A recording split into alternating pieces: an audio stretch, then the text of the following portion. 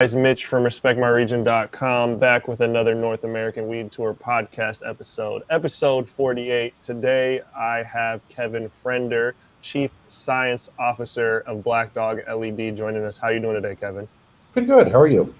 Man, I'm doing all right. Man. So first off, to get this started, I would love to just get a little bit of your history and, surrounding this industry and the plant, man. Where you been and what's brought you to this point? I've as I think most people in this industry have, it's been an interesting road to get here. I've always been interested in plants, started growing plants when I was 3 years old, started growing plants indoors under artificial lights when I was 6 years old. Not cannabis plants, but pretty much every other kind of plant you can think of, I've tried to grow. And that's actually what landed me in Black Dog LED, because I always just as a hobby grew ridiculous numbers of tropical plants. I've got tropical fruit trees growing in my basement, literally things like mangoes and guavas, and had tried out every kind of light on the market, even tried out some LEDs, was generally disappointed with the LEDs. And then I saw Black Dog LED hanging in my local hydro shop with a 90-day money-back guarantee. And within 6 months, I'd quit my other job and joined Black Dog LED because that light worked so much better than everything else I'd tried for 20 years before. That is incredible to go from a customer to then joining the team just because you love the product that much. Yeah. Yeah, that's so.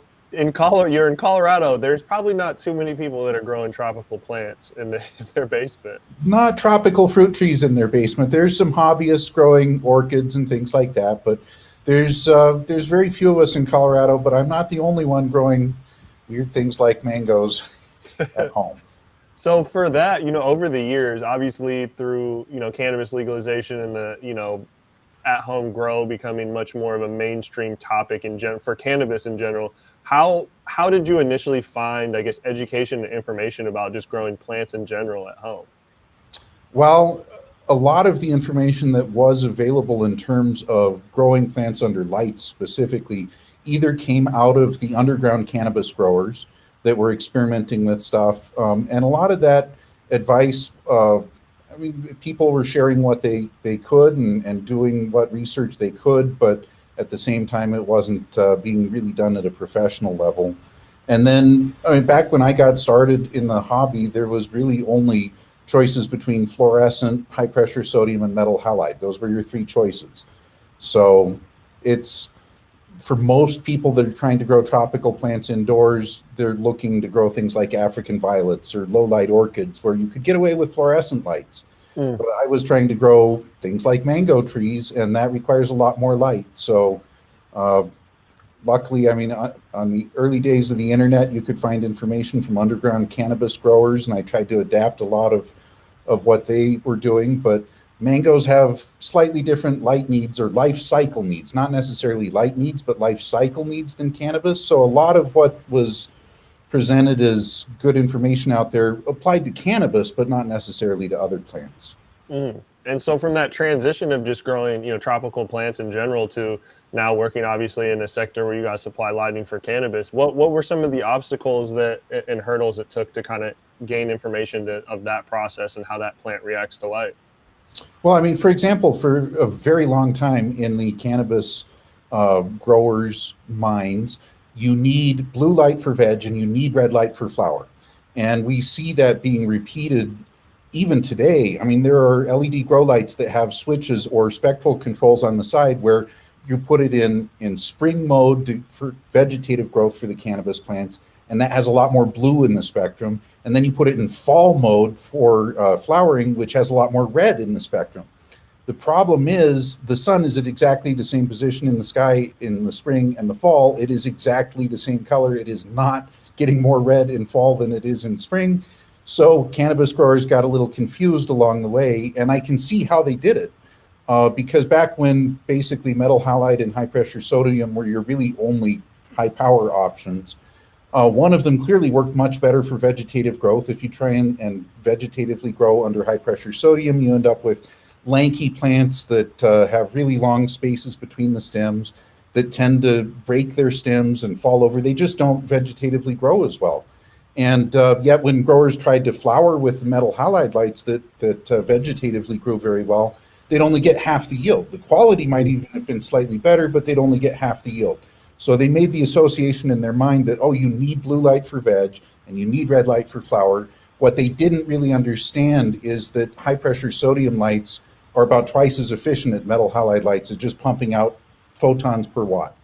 So that's why they were getting twice the yield with the high pressure sodium lights in flower. But high pressure sodium lights, because they basically lack any blue light in the spectrum, they trigger a hormonal response in plants. And it's not just cannabis plants, it's pretty much all higher land plants. And this evolved a long time ago. Basically, plants think that if I'm not seeing enough blue light, I'm not seeing blue sky, therefore something must be up above me, shading me out. And so that triggers a hormonal response to stretch those stems. And it doesn't matter how bright the light is, it purely has to do with the ratio of red light to blue light and red light to far red light. And high pressure sodium lights automatically trigger that. You can get away with that with cannabis plants because it's only the first 3 or so weeks of flower that the stems are still growing. And you can tolerate that excess stretching for the first 3 weeks of flower, but then they stop growing their stems. But that's how people got misunderstood in terms of thinking that you need to switch the spectrum or that one spectrum is better than the other for veg or flower, when in reality the sun doesn't really change color in the sky, and plants actually stall out when you do change the color of light that they're receiving. So I was finding in my basement, where I'm not trying to grow plants that have a distinct photo period difference, that if I did change the spectrum on them, they would stop growing on me for a while, and I wouldn't get the yields of mangoes or berries that I was expecting. So I was seeing the results that you don't want to change spectrum. But cannabis growers, when you only had a choice between metal halide and high pressure sodium, one was clearly better for veg and the other was better for flower. So that's what they used. But they also then let that trick them into thinking you need to change the spectrum, when in fact, we've found repeatedly over more than 11 years now, if you give cannabis plants the same light spectrum, the same color from veg all the way through flower, you actually end up with a higher yield and a faster harvest. And that can make complete sense. You know, your analogy of the sun's position and the color of the sun, it definitely doesn't change, right? Maybe the hours of sun clearly change, you know, based on season and especially on where you're at on the earth. But that makes complete sense. And I get, you know, obviously pre-legalization, you know, like you said, information was very sparse, which made education very sparse. And someone would try something and get some sort of results, and then everyone would necessarily copy and paste that without necessarily, you know, fully A/B testing or looking at the science behind it. And so, you know, obviously for a while, and we kind of alluded to it on there, like LED lights were, you know, looked down upon in cannabis. And we've seen this surge of the last few years where a lot of people are starting to move to LEDs. What do you think was kind of the reasoning behind this switch over to LEDs? Well, there's a couple of different reasons. One is, you know, 10, 12 years ago, 12, 13 years ago now, when I started looking at LEDs myself, a lot of the problem was LEDs simply weren't bright enough yet. They weren't as efficient at pumping out photons as a high pressure sodium light. So if you wanted a lot of light without using a lot of electricity, high pressure sodium still worked better. But it triggers this hormonal response where you can't grow a mango tree in your basement with a high pressure sodium. It'll grow itself to death before it fruits. So the early adopters, the people that tried LED lights, didn't get great results. They may have worked well for low light plants like African violets, but for high light plants like cannabis, unfortunately, they were being sold and marketed as, hey, you can grow any plant with this. And it's true, you can grow a plant with it, just not very well. And so people were being deceived, unfortunately, early on in the industry. And it's really only when the power of LEDs started getting up there that they became more widely adopted. Unfortunately, their bad reputation is still pervasive in the industry because so many people were lied to, unfortunately, for so long. But there's two aspects to what makes LED lights really wonderful for the cannabis industry and for plant growth in general. And that is, now they're way more efficient than high pressure sodium. There's no question you can get more photons per watt out of an LED than a high pressure sodium bulb. And they last longer and they require less cooling, and there's all sorts of benefits there. But the really interesting thing is, unlike with high pressure sodium, where the spectrum or the color of light you're getting out of it is fixed, you can't really change it more than about 5% here or there. With LEDs, we can actually play around and give the plants different ratios of different colors of light to actually make them do what we want them to do. For the first time, we can actually play with their plant hormones based on their responses to these different colors of lights to do things like say, hey, we don't want your stems. We don't want your leaves. We want you to be spending your energy growing flowers and fruits. And that's what's really becoming better. The standard off-the-shelf white LED grow light at this point is better than a high-pressure sodium in almost all circumstances. So that's what's starting to get the adoption rate up. But as people discover that, hey, you can even do better than these all-white LEDs, that's what's really going to drive the second LED revolution in the cannabis industry. So we're just on the cusp of that. So you're saying you can actually, almost like you're saying, program the lights to go through the cycle. Like you're saying, not deprive certain spectrums or have to switch the lights, but give the plants kind of a different experience at different stages of growth to get them, like you said, to kind of respond to what you're trying to do with the plant. Not necessarily at different stages of growth, but by giving them the same color or spectrum of light throughout their growth, we can do things to the plant that makes them behave differently. So for example, I used the earlier analogy or information about high pressure sodium triggering that stem lengthening response. And that happens throughout the plant's life cycle. It just happens in cannabis plants that they stop growing their stems, period, when they get about 3 weeks into flower. Most strains anyhow. We've encountered some that seem to never stop growing, but those typically don't get grown indoors for that very reason. But by triggering the opposite response, by telling the plant, hey, you've got plenty of blue sky, you don't need to stretch your stems, we can actually make the plants grow shorter stems than they would even outdoors under natural sunlight. And that leaves them with more energy to pump into the flowers. So we can actually make a plant that's even more compact than it would be under full sunlight outside, and even more productive than it would be under full sunlight outside. In addition, for example, there are different colors of light that are more efficient for leaves to absorb and to actually photosynthesize with. Yellow light in particular is less efficient. It's not that plants can't grow with it. High pressure sodium lights prove you can grow plants with yellow light. But that yellow light is heating up their leaves more than other colors of light. And if you think about it, if you have a plant that you're growing under a high pressure sodium and your room gets up to 85 degrees, your plant is toast. It just got overheated. And yet you can take that same plant and put it under full sunlight and it can tolerate 110 degrees just fine. And that's because high pressure sodium is abnormally heating up the leaves with that excess of yellow light, and it's causing the plants to overheat. Whereas if you give the plants less yellow light and give them more of the light that they efficiently use for photosynthesis, the red and the blue light in the spectrum, we can actually keep their leaf temperature down so that we can actually bombard them with even more light to increase production even more. Wow, that's pretty incredible. How much of that, like tailoring the lighting, is based on the specific strain, or is it the specific room or grow environment? Like, I'm sure both of those are variables that go into that, but which one, how much, like what percentage do you feel like it's room and environment versus like the particular type of plant? It doesn't come down to the particular type of plant or strain as much as what do you want out of that plant. So I can tailor a light spectrum that will cause the leaves to grow very large at the expense of stems, fruit, and flowers.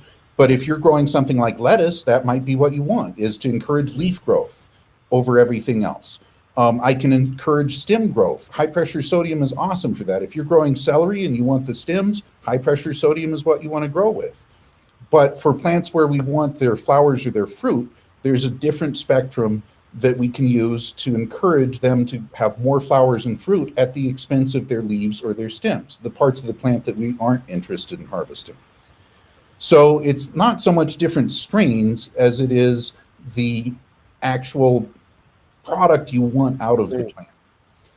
And then as far as different environments or different rooms, really the only difference we're seeing there, spectrum wise, is whether or not you're looking to use your lights for heat to help keep the plants warm, or whether you're looking to keep your plants as cool as you can. And typically in indoor agriculture, using your lights for heat is stupid because there are other cheaper sources of heat. You can burn natural gas and get way cheaper heat than you can by running electricity through a light and using the light to warm up your plants and your grow. So I don't see any reason why you would ever want your lights to actually be responsible for keeping your plants warm.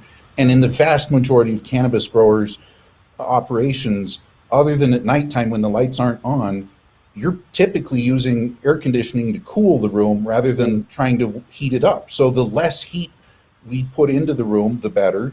The cooler we keep the plants' leaves, the warmer you can keep the room without overheating your plants. And in fact, for example, with our spectrum, we actually recommend and get best yields when people keep their ambient room temperature at about 85 degrees, which would fry a plant under high pressure sodium, but that's where we get our best yields with cannabis plants under our light spectrum. So it's not really different strain to strain. We have done lots and lots of tests, indica heavy, sativa heavy, all sorts of different hybrids. We can make them do different things, but they all do the same thing with the same spectrum. We can make their stems longer if we want, but that's not what we want. We want more flowers out of them. And there's one spectrum that does that, whether it's indica or sativa.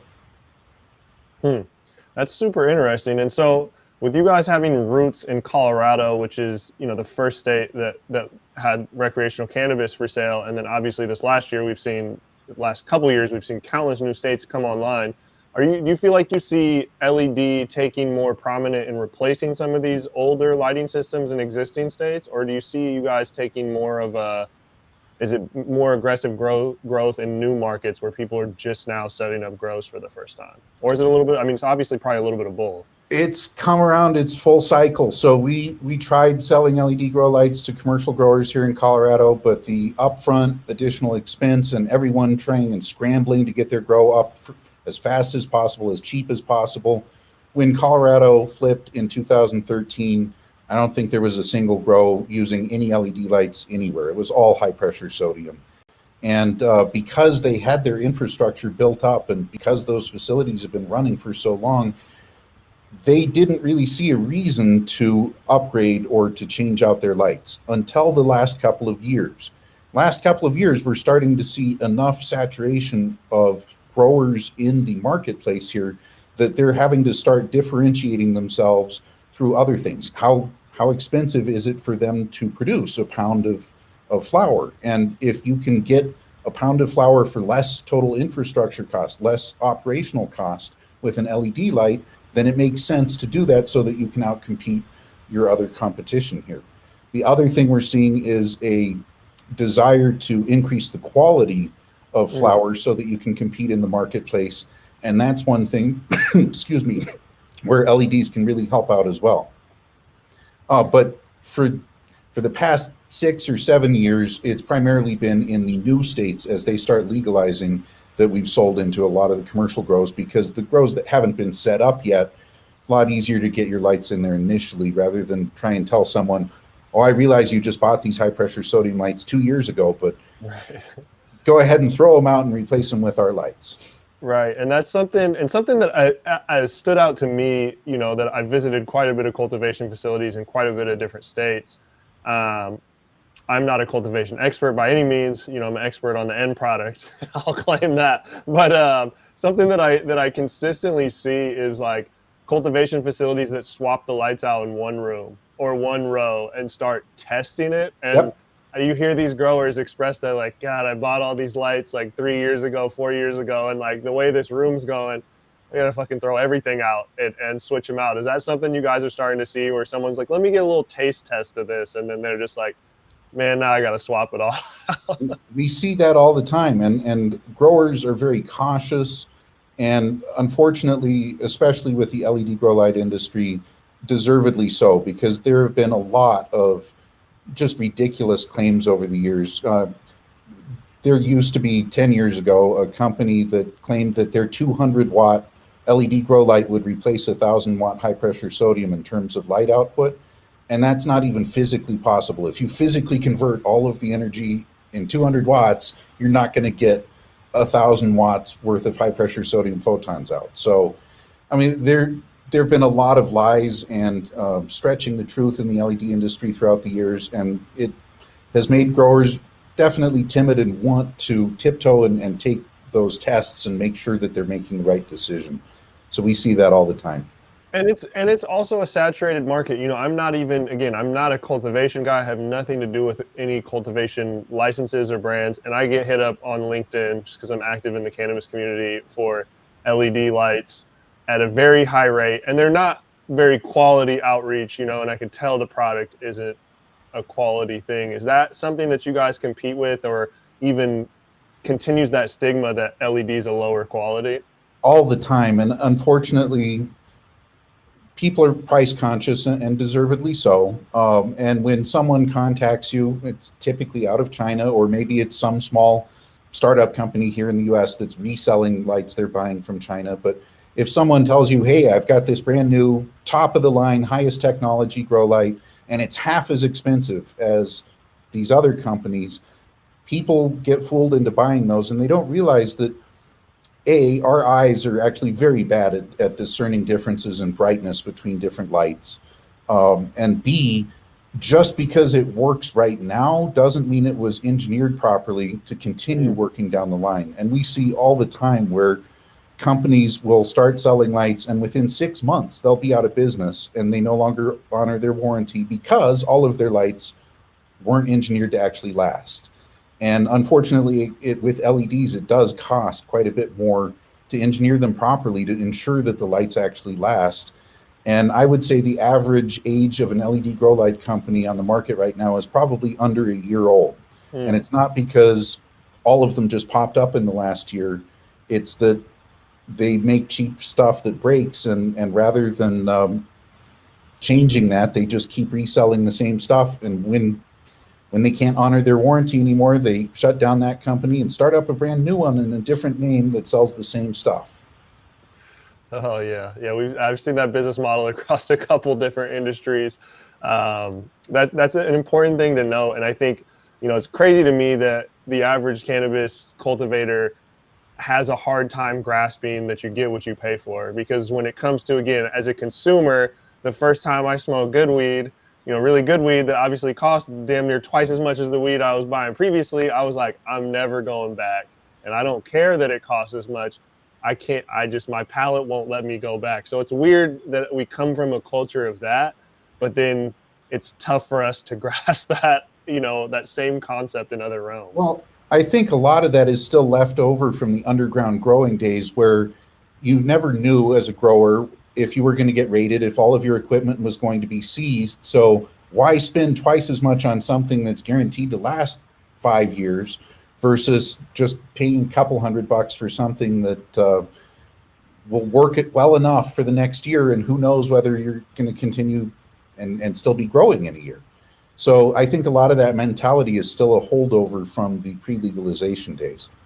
Absolutely. And so for you guys, you know, I'd like to understand a little bit of the process of the scenario of, like, you know, say I'm a customer, I come to you guys, I want to get fitted, you know, I want my cultivation facility for lights. How do you guys work with them? Do you traditionally just, they order lights, or do you guys go out and kind of look at facilities and understand? I mean, obviously I'm sure it depends on the scope of the facility and the job, but how much involved are you guys in looking at their space and helping consult on, here's what we think that you guys need? Or is it more them inquiring, this is our need, X amount of lights or X amount of square feet? We're heavily involved. Even when people contact us and say, hey, I need 400 lights, we will back them up and say, okay, let's make sure you need 400 lights, because sometimes they'll actually only need 200 lights. And yeah, it would have been nice if we sold them twice as many as they needed, but we want our customers to succeed. And sometimes people think, hey, I need 400 lights, and maybe that'll work for half of their facility, but really, if they did try and spread everything out, they're going to get poor results from everything. We don't want to see people failing with our lights. So we're there all the way from helping with facility design. If you have an existing building, we can get the specifications from you in terms of room sizes. We can get light maps made to show you what we would recommend. Working with different ceiling heights, different layouts in terms of benches and aisleways and things like that. Give growers the recommendations that they need to actually succeed.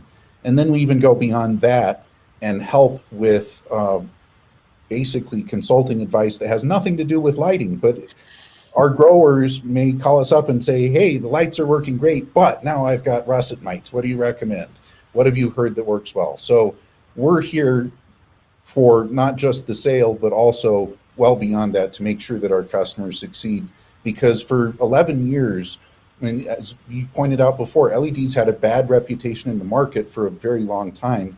The only way we've succeeded and continued growing the company for 11 years is through word of mouth from our happy customers. That's important for, building any sort of business, right? You have a good customer, they're going to put other people on.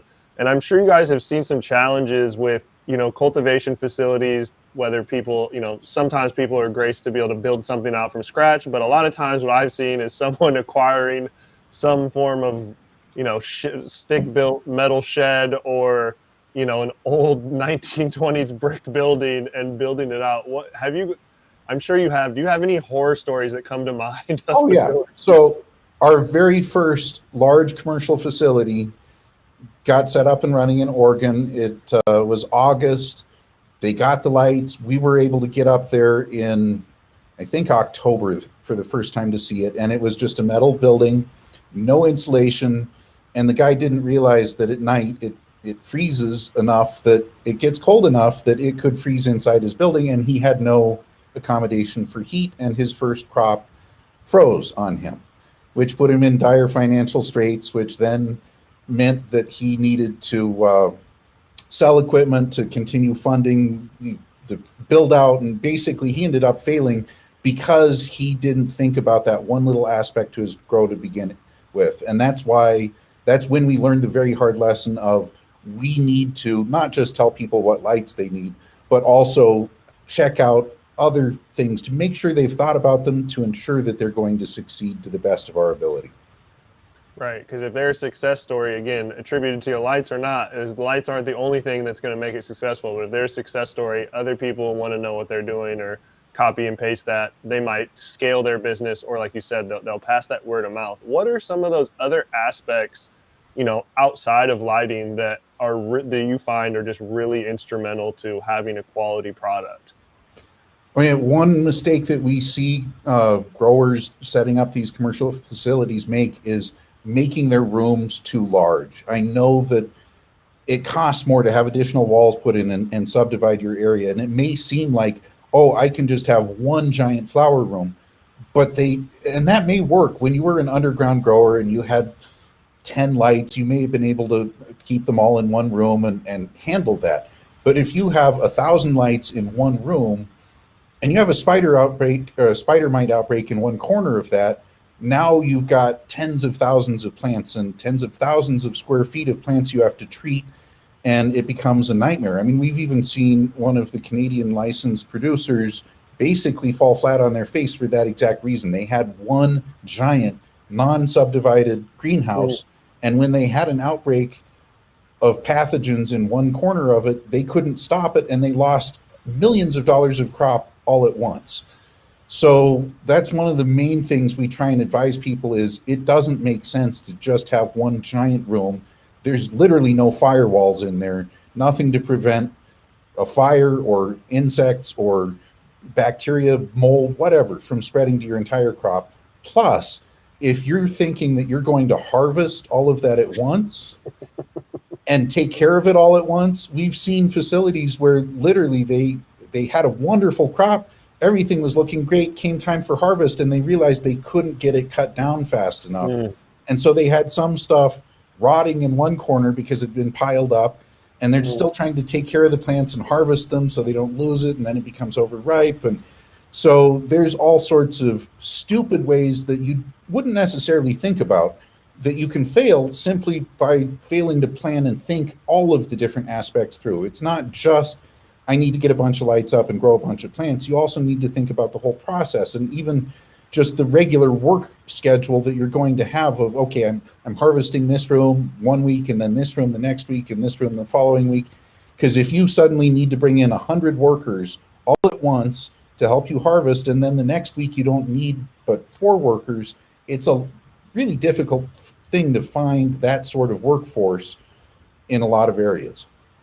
Absolutely, absolutely, and that's something that I've noticed again just from so many cultivation facilities I go to. The guys and gals that are putting out product that I associate with the very quality that my palate prefers tends to, even no matter the size of grow, their grow rooms are much smaller. Do you have an ideal range that you like to see grow rooms stay in? I mean, I'm sure again there's variables based on height, what building you're working at, but is there a size that you don't like to see rooms go much bigger than?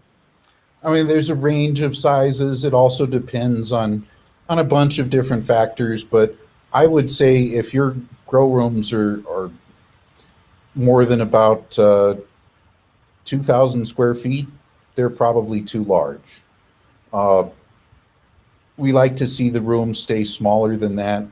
Uh, 1,000 square foot room is still pretty darn large for a flower room, and it it's additional work, it's additional cost up front to build the building out to have smaller rooms, but it makes it so much easier to control what's going on in that room. And it's not just outbreaks of pathogens. It's the ability to for one person to check every plant in that room. So if they notice something, they can look for it on all the other plants in that room rather than just telling someone else, hey, I saw this in that back corner plant, look for it. Well, without having seen it yourself, you may not know what to look for. And so having it at a scale where one person can take care of a room, even if they're not doing that same room all the time, I think is ideal.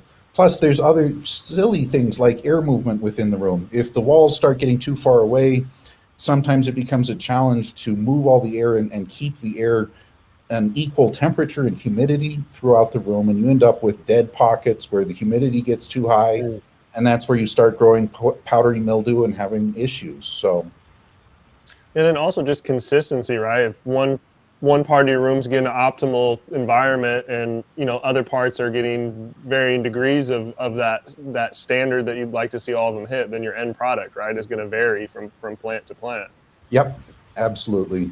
And I think people also don't realize how much of a pain it is to deal with 10 different strains growing in one room, because every strain is going to require slightly different uh, care. Whether it's, hey, this one just grows 6 inches taller, so we needed to put the scrog netting 6 inches higher on this area, or this one's drinking slightly faster, so we need to keep those plants watered on a different schedule from the rest of the plants.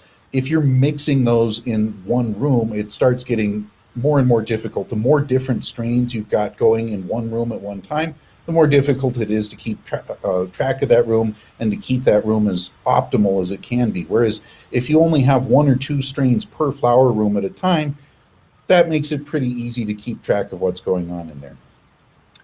No, absolutely, and that's another thing that I commonly see. Without having all this information myself, but you see guys that only grow a couple strains per room, and they match them up based on this, their grow cycle, and then like what you're saying, the height, just matching them up so it makes sense in that room rather than throwing things in there that are completely different.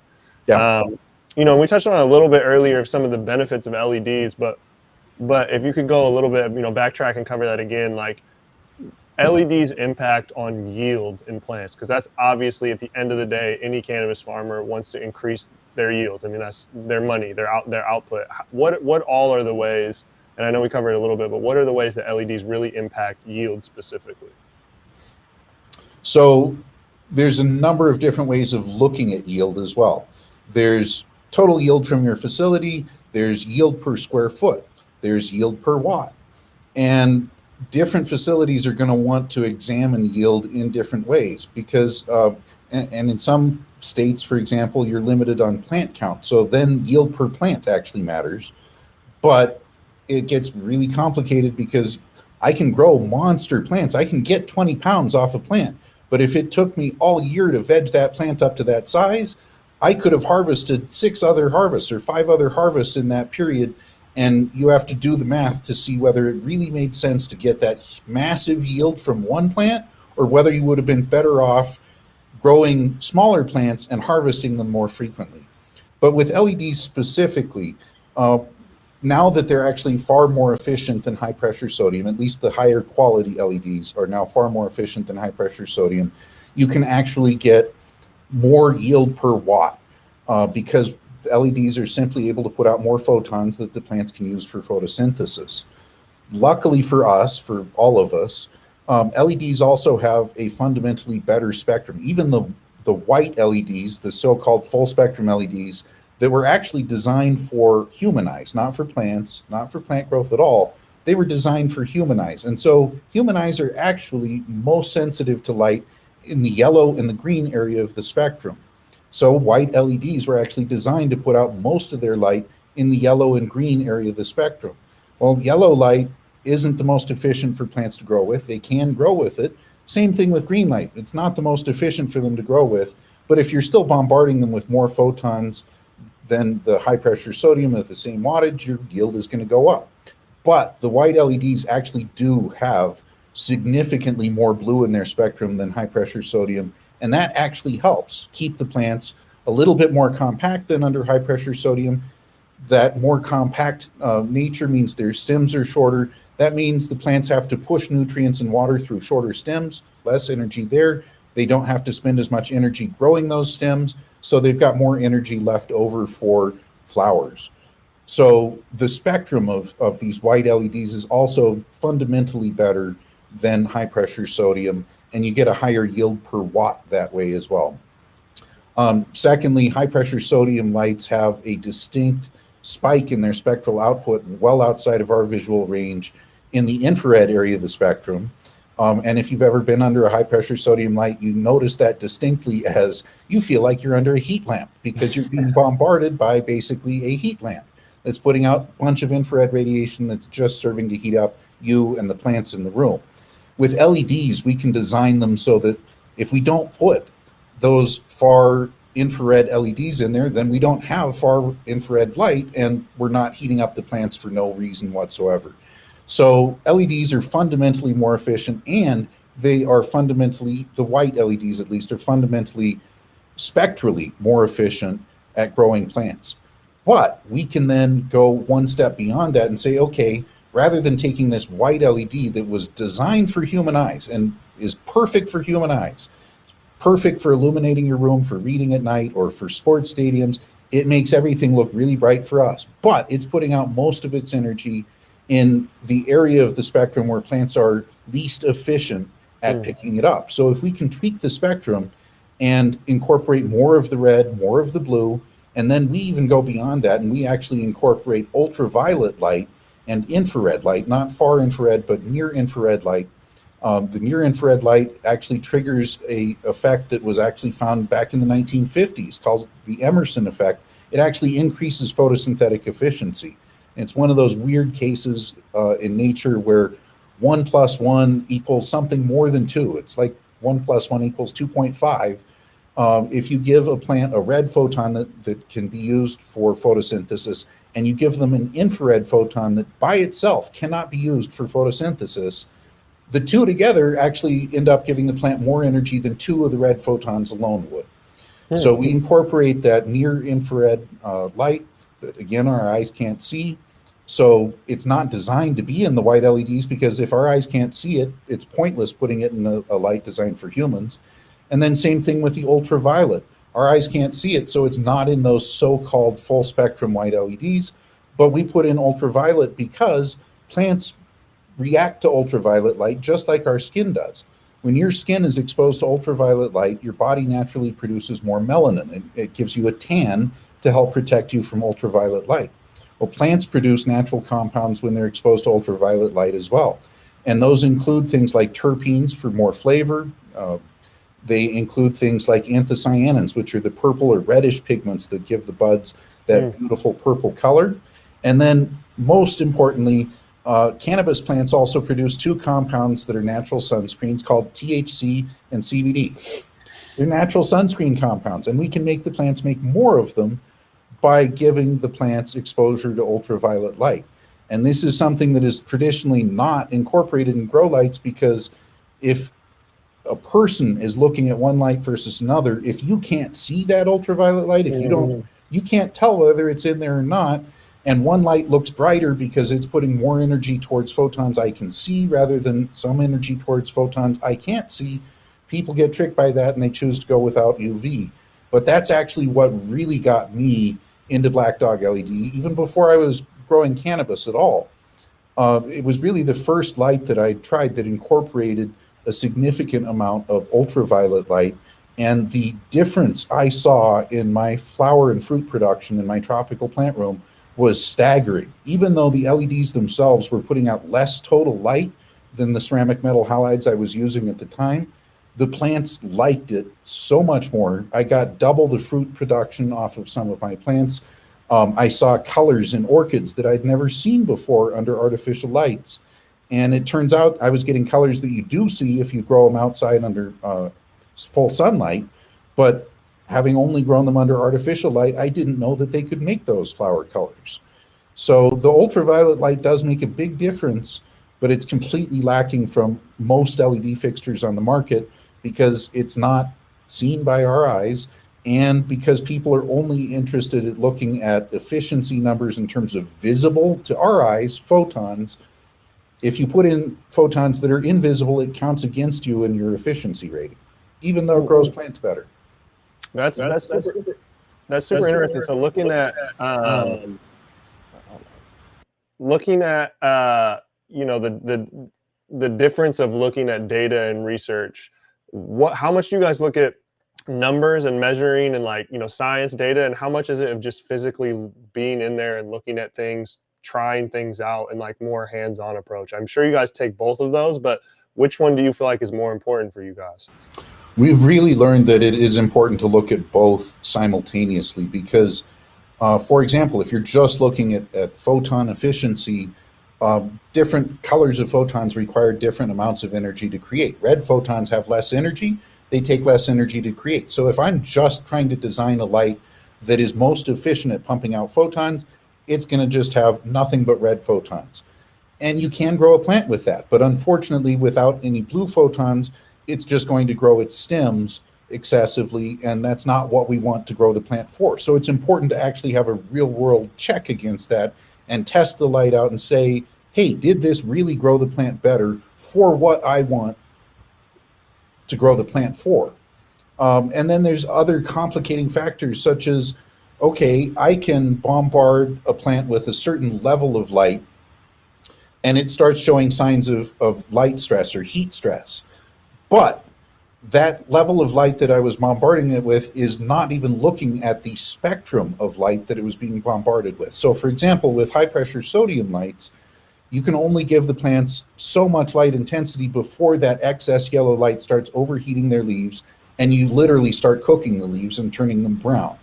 Where I can actually give almost twice the light intensity if I change the spectrum of light so that it doesn't have that excess of yellow light. And in fact, if I have less than natural sunlight in terms of ratio of yellow light, I can give the plants even more light and still not have them have stress, and that increases yield. So it's dangerous to look at only one thing, only one study, one scientific thing, because you don't really see the effect on the full plant growth in the field. That's why we actually have our very own research and development facility here in our office, where we actually have a Colorado hemp license for growing hemp plants here, completely analogous to cannabis plants in every way.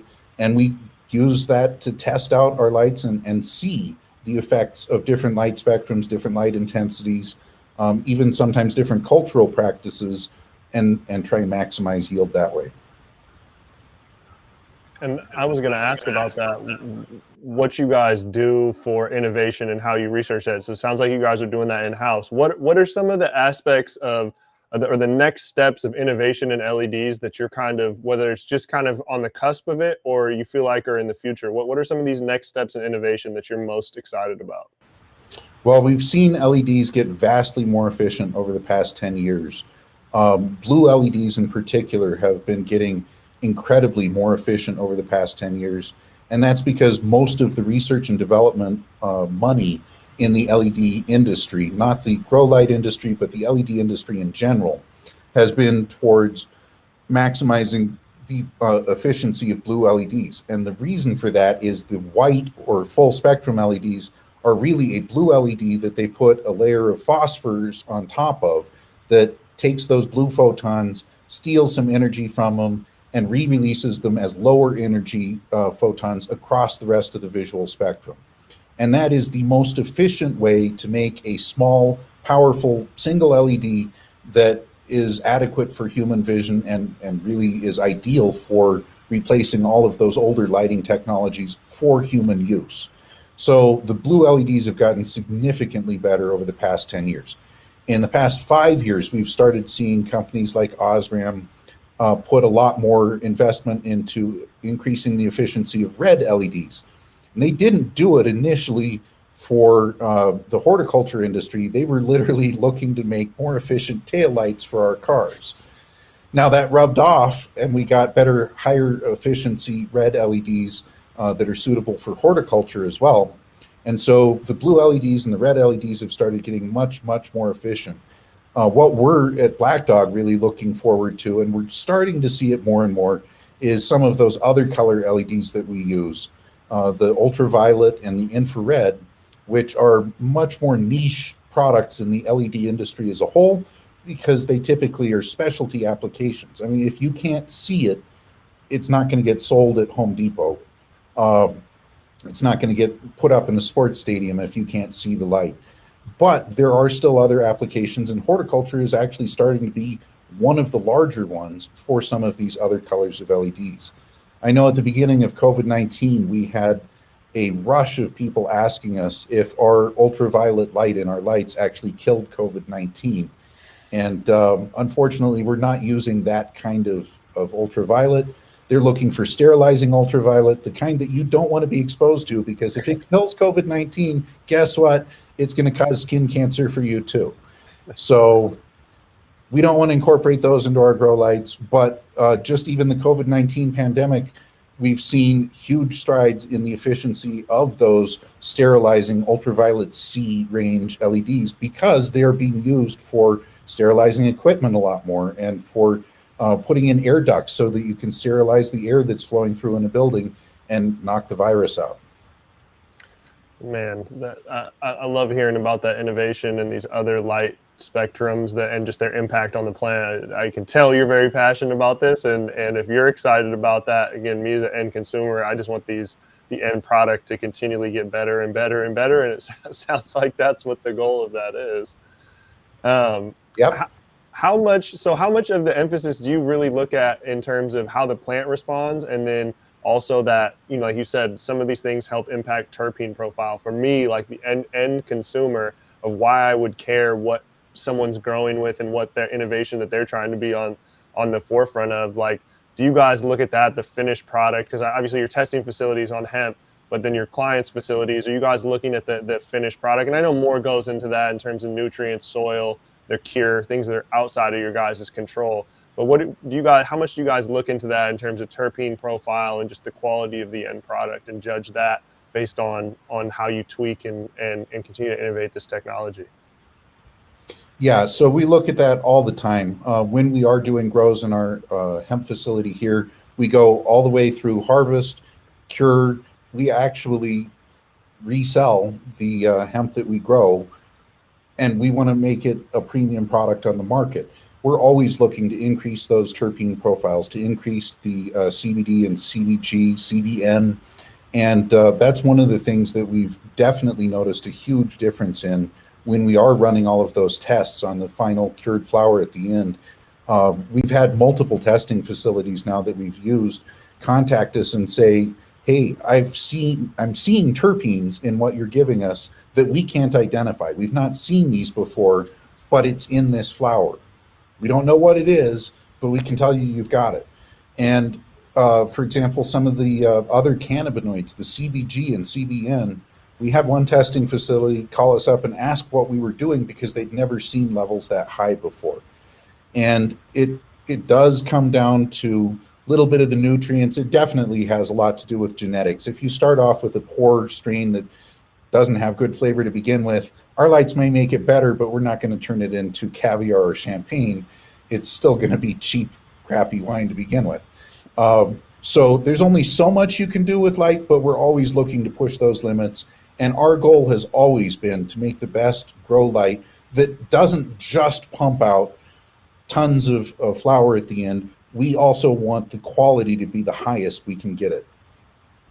Oh, I love that. And so, as someone like yourself that's been involved with setting up so many cultivation facilities across the country at this point, what are some of the states that stand out to you that you feel like for could be really for whatever reason? This is kind of a broad question, but what states do you feel like are really getting it right? It could be regulatory wise, it could be quality wise, could be kind of methods and approach, but which states are standing out? And you can be biased and say Colorado if you want, but I'm curious what states stand out to you. I mean, I do think Colorado has done a pretty good job regulatory wise from the very beginning. I mean, there have been missteps, but um, Washington went legal the same year that Colorado did, but they were slower in getting things rolled out, and they had strict firewalls between the medical and recreational side that were strict enough as to create problems for growers. And that created lots of issues there that we didn't see here in Colorado. On the flip side of the coin, you've got a state like Oklahoma, where the regulation is pretty much only now starting to come in there. And it was definitely the Wild West there. There's all sorts of things going on I've seen in Oklahoma that would make you lose your license here in Colorado, and rightfully so. Whether it's chemicals that are being used or ways of getting around testing so that you can use those illegal chemicals that are being tested for. Uh, just, yeah, Colorado's done a decent job there. I am honestly not terribly familiar with the regulatory landscape across the country now because there are so many states now. Right. It's starting to get difficult for me to keep track of that when I'm usually reading more about new studies on how light affects plants or new efficiency increases of LEDs or things like that. So I'm not the one that really keeps track of that. But in terms of quality, I would say that it's not so much one state or another as much as the maturity of the industry in any given state. Typically, when the industry first becomes legal in a state, people are clamoring for product, anything they can get. And lower quality stuff still sells at that point in the industry. And so it's only after the industry starts maturing and people start, as you mentioned yourself, once you tried really good stuff, you didn't want to go back to the cheap, crappy stuff anymore, the ditch weed anymore. And so it's more the maturity of the industry in that particular state that I think drives quality. Because as you start getting more and more competition, as long as there is enough competition allowed in that particular state, then consumers will start making the choice with their money based on the quality that they're getting.